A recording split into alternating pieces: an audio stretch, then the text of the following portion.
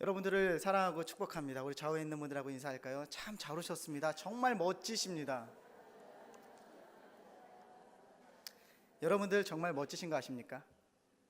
예배를 위해서 미세먼지를 뚫고 오신 믿음의 용사들이 바로 여러분들입니다. 그렇기에 여러분들을 더욱더 환영하고 축복합니다. 요즘 말이죠, 우리 아이들 운동장에서 뛰어노는 모습들 많이 보기 힘듭니다. 특별히 이렇게 미세먼지가 많은 날들은 부모님들이 아예 문 밖으로 나아가지 못하게 하고, 그리고 심지어는 공기청정기가 없는 곳에는 보내지도 않습니다. 그래서 우리 교회도 교회 학교에 이제 공기청정기를 들여놓고 아이들이 올 수 있는 탁월한 그런 환경들을 조성하려고 노력하고 있습니다. 저희 어렸을 때는 미세먼지가 분명히 존재했을 텐데 그거 상관하지 않고 운동장에서 뛰어놀았던 기억이 납니다. 제가 학창 시절을 기억해 보면 저희 반에 한 70명 정도가 함께 공부를 했고, 그 70명이라는 학생들이 15반을 이뤘습니다. 그것도 남자만 그랬습니다. 부글부글하고 바글바글했던 그 아이들, 그 학생들, 지금처럼 학원이 많지 않았던 시절이었기 때문에 반에서 한 반 정도가 학원을 다녀서 그 나머지 반들은 집으로 돌아가고 아니면 운동장에서 공을 차면서 그렇게 일상을 보내는 것이 우리들의 삶이었습니다. 저도 운동장에서 항상 시간을 보내던 한 사람이었고, 친구들과의 관계 중심적인 사람이었기 때문에 친구가 중요하지 공부가 무엇이냐 하면서 친구랑 시간을 많이 보냈습니다.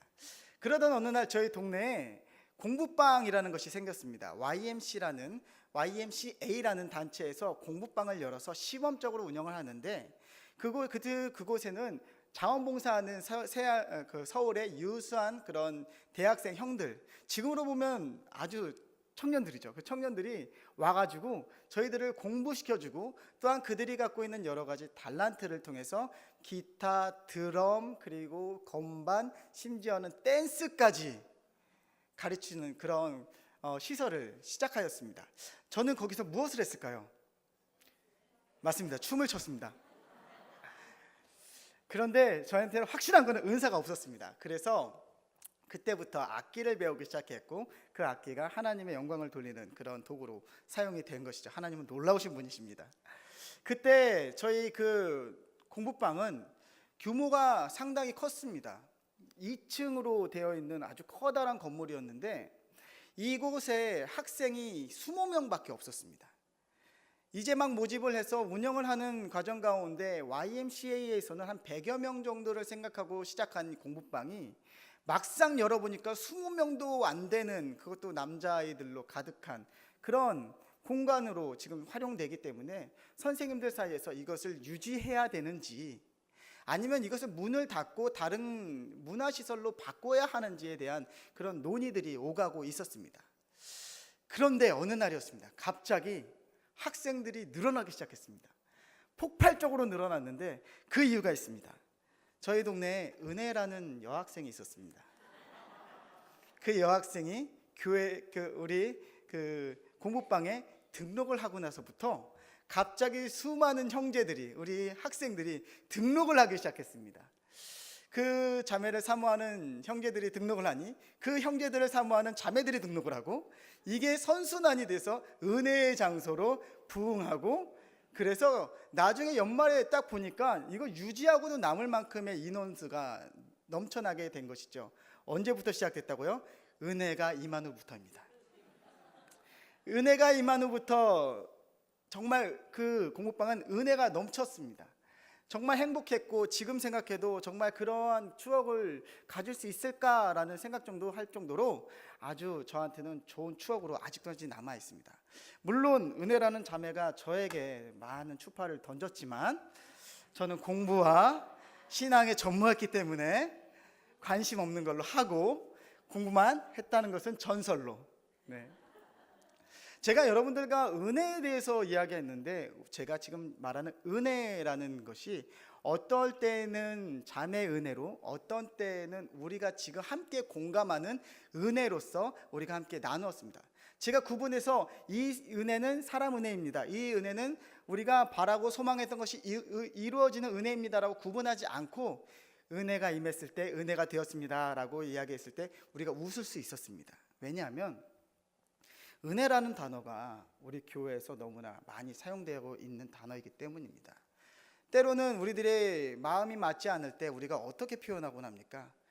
은혜롭게 합시다. 은혜라는 단어를 너무나 쉽고 너무나 자주 사용하기 때문에 진짜 은혜가 무엇인지에 대한 그런 깊은 고민이 우리들에게 사실 없었다라는 것이죠. 그렇다면 지금 우리 교회에서 은혜라는 것이 무엇입니까? 은혜.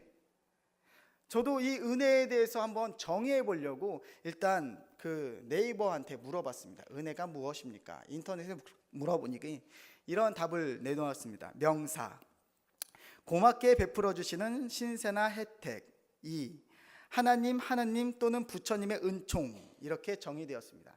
첫 번째는 선행, 그러니까 어떠한 것들을 선하게 대하는 그 행위를 은혜다라고 이야기하고, 어떤 것은 하나님이 주시는 은총이다라고 그렇게 정의하고 있습니다. 두 개 다 은혜를 정의할 때 사용하는 단어입니다.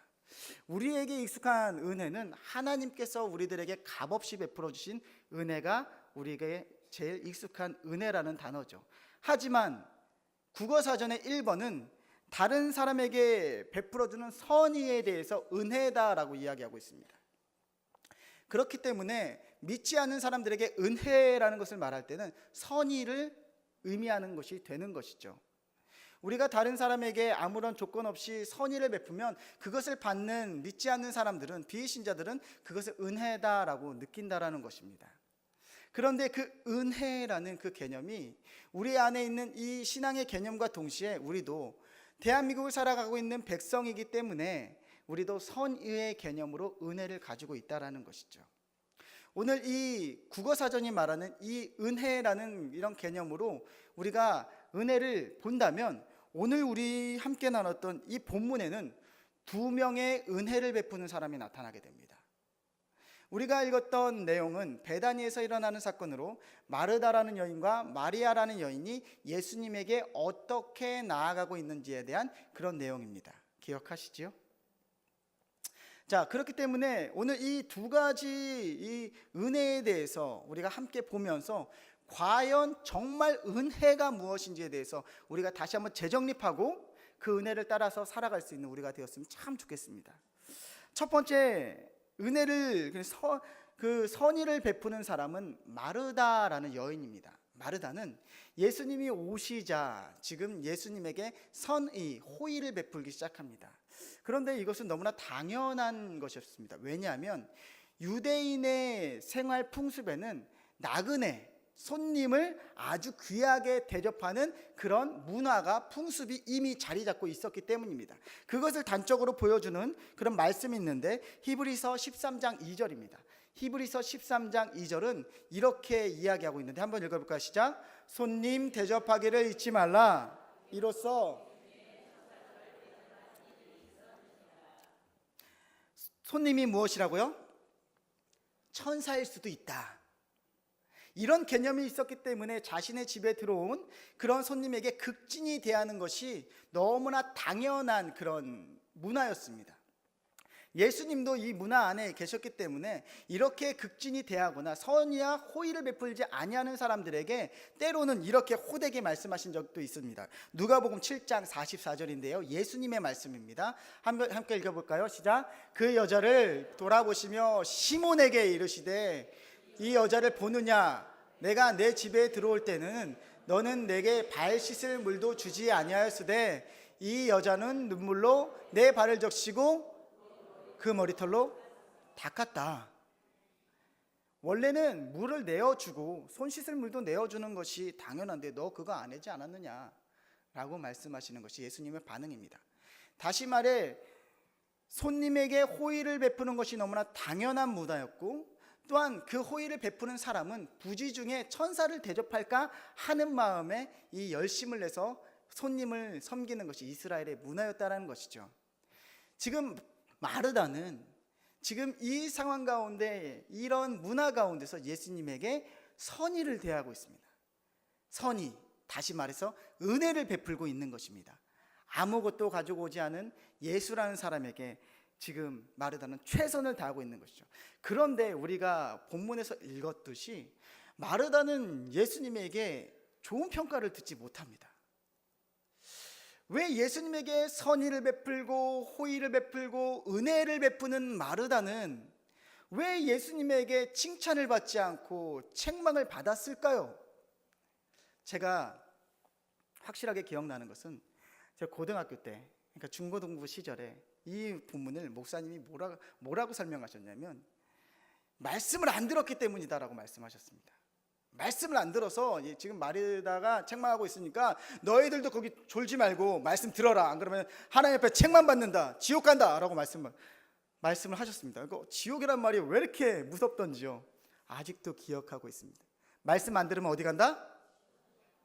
여러분들도 지금 섬찟하지 않으십니까?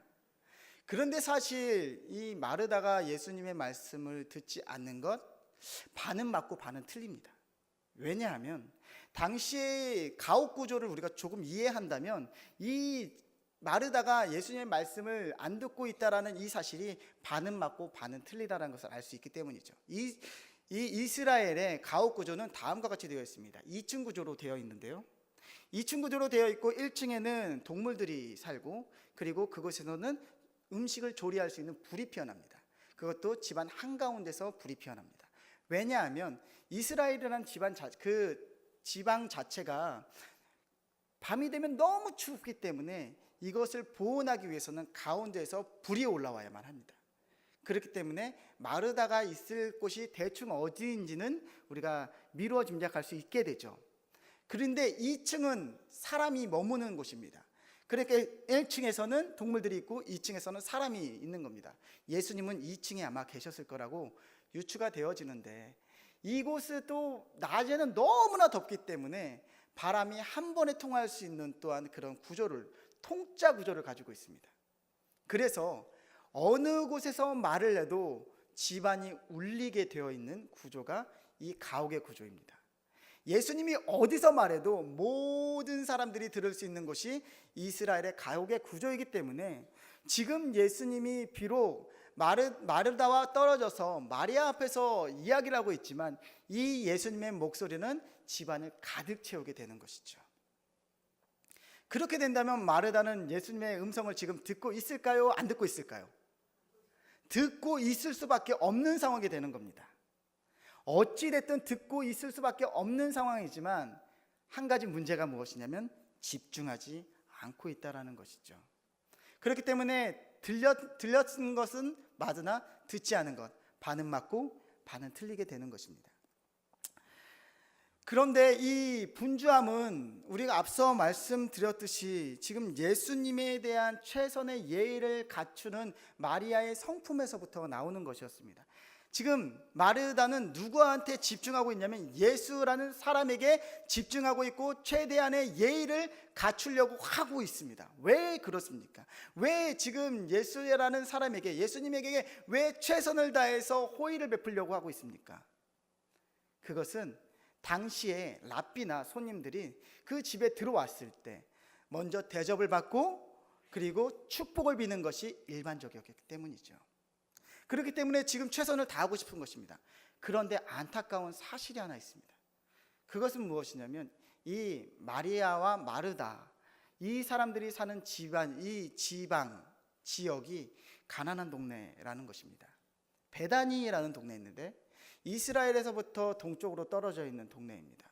그런데 미드라시라는 그 유대인의 기록에 보면 이 베다니에 대해서 기록하고 있는데, 베다니의 뜻이 슬픔의 집입니다. 슬픔의 집. 그런데 왜 슬픔의 집이냐? 당시에 문둥병, 다시 말해서 나병이 걸리게 되면 이 나병은 바람을 통해서 전염이 된다고 생각을 했던 것입니다. 사람들이. 그렇기 때문에 이 예루살렘으로부터 먼 곳의 사람들을 지금 보내서 거기에 살게 해야 되는데 거기가 바로 베다니가 되는 것이죠.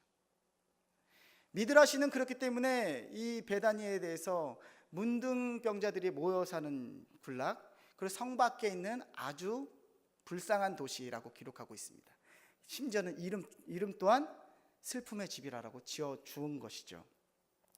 그렇다면 예수님에게 정말 극진하게 대접해야 되는데 지금 이 마르다의 집에는 예수님을 대접할 만한 것이 많지 않았다는 것을 우리가 유추해 볼 수 있다는 것입니다.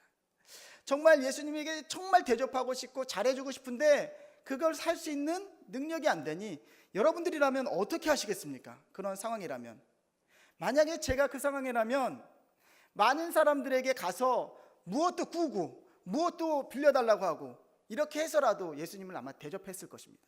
그렇다면 무엇이 필요하죠? 손이 필요한 겁니다. 손. 자신은 요리하고 밖에 나가서 빌려올 수 있는 누가 있습니까? 마리아가 있는 것이죠. 그러니까 마리아가 지금 자신을 도와주지 않는 것에 대한 원망과 근심, 걱정이 마르다한테 쏟아지고 있는 것이 지금 이 상황이라는 것입니다.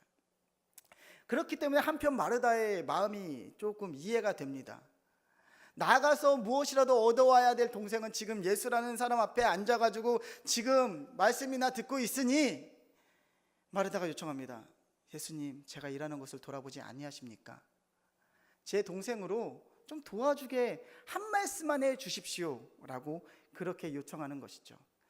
그런데 예수님의 반응이 어떻습니까? 오늘 본문은 그 반응을 이렇게 이야기하고 있는데 제가 읽어드리겠습니다.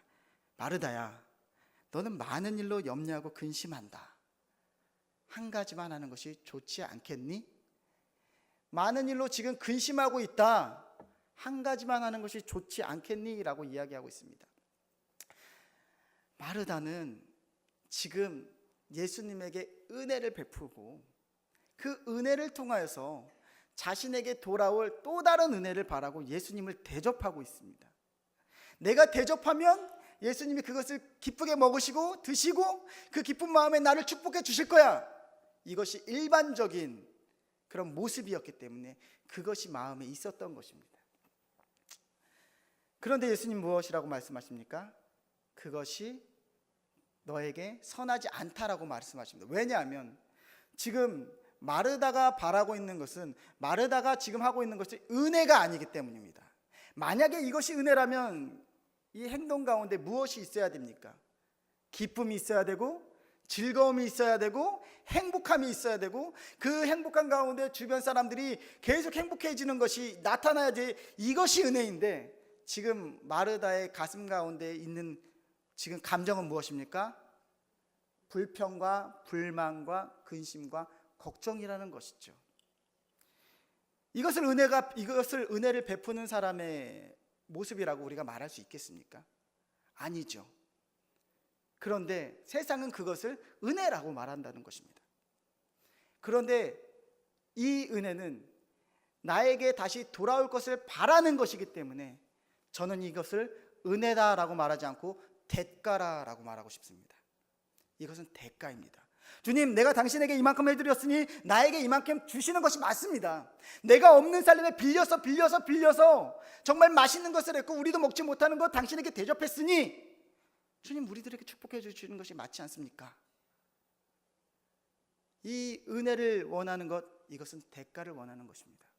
그런데 이러한 마음이 우리들 사이에도 어쩌면 있을 수도 있다는 것입니다. 왜냐하면 우리가 오해하는 몇 가지 성경의 내용들이 있기 때문이죠.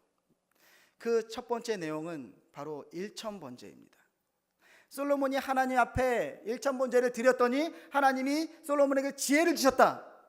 맞습니까? 내용상은 맞습니다.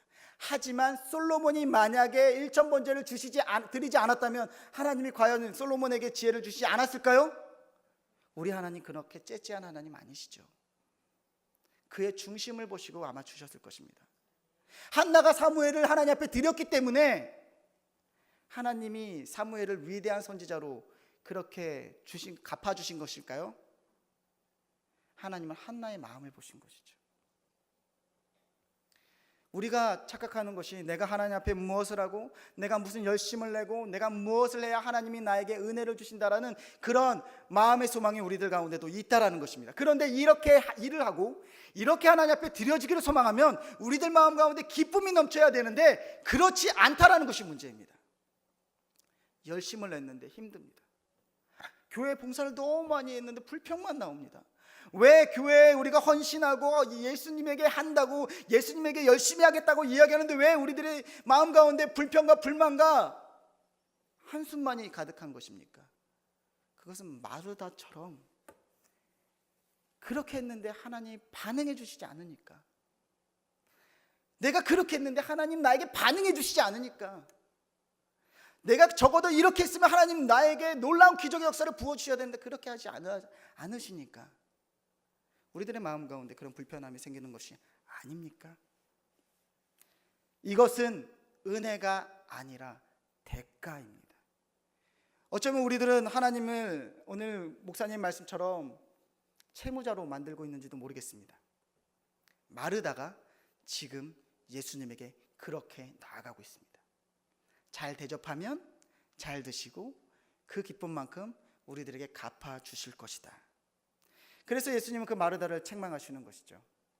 그거 하지 마라. 그것은 내가 원하는 것이 아니고 내 마음에 흡족한 바가 아니다. 그런데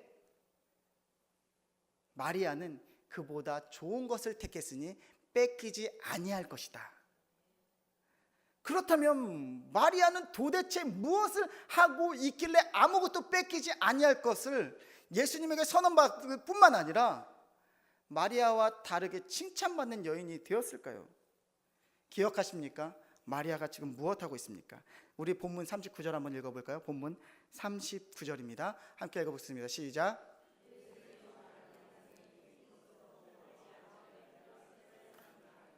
누가복음 10장 39절입니다. 우리 본문입니다. 시작.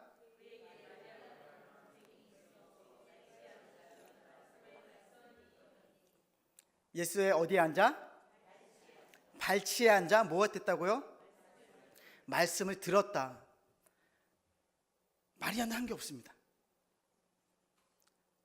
주변에 환경이 분주하고 주변의 환경이 어렵고 그는 여전히 베단이라는 가난하고 어려운 그런 도시 가운데 있고 어둡고 컴컴한 방 안에서 예수님의 발 앞에 앉아가지고 말씀만 듣는 겁니다. 그런데 예수님이 그에게 칭찬하시고 그에게 말씀하시는 것이 무엇입니까? 좋은 것을 택하였다. 내가 너를 칭찬한다. 빼앗기지 아니할 것이다.